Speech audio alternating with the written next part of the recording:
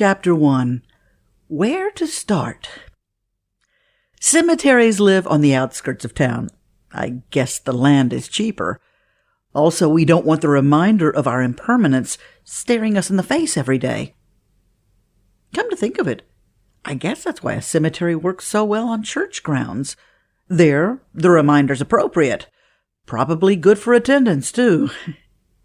On this autumn morning, the mist hung over the grounds so densely that the flowers looked more like tiny Christmas lights flickering through the haze as they caught the rising sun. I made my way to the stone. I knew the way by heart now. In fact, I could almost see my regular path thinned in the wet grass.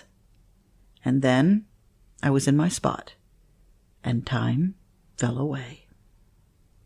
Sitting at the foot of Mom and Dad's bed, afraid of the lightning and begging to come stay with them till the storm had passed.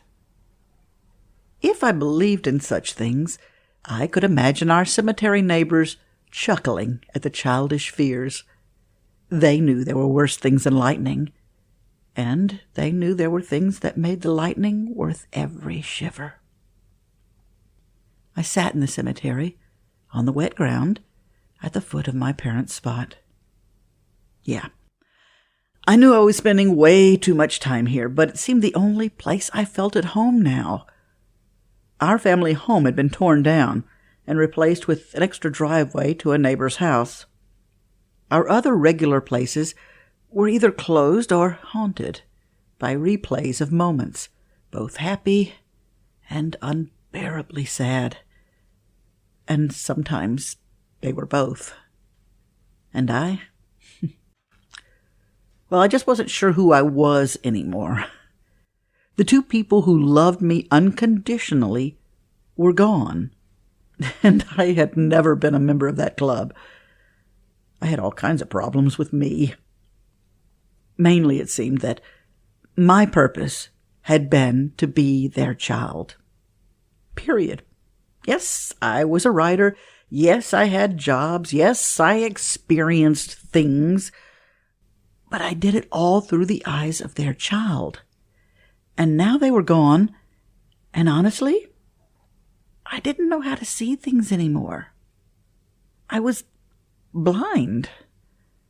So this blind, used-to-be writer sat in the cemetery and cried, imagining herself in a scene from a movie so maudlin that she was embarrassed just picturing the camera angles and shots. But the sorrow had become a familiar comforter, and she was loath to give it up. I sat for somewhere between 10 minutes to 3 days, and finally made myself stand. And yes, there was the creaking of bones. I'm over 60 now, and it's hard to do anything without creaking, or some sort of noise. Nobody told me aging included its own soundtrack.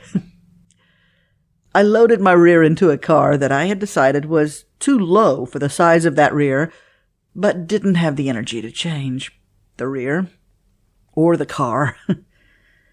As I drove back into town, I scanned the landscape. Still had non-stop trees here.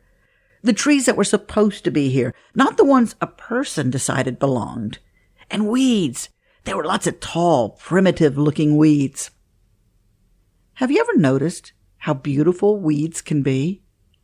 They have flowers of their own, but we don't give them enough credit.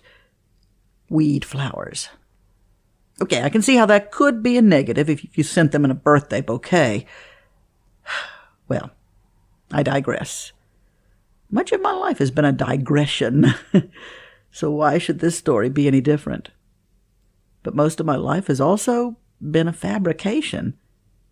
And this story is too real.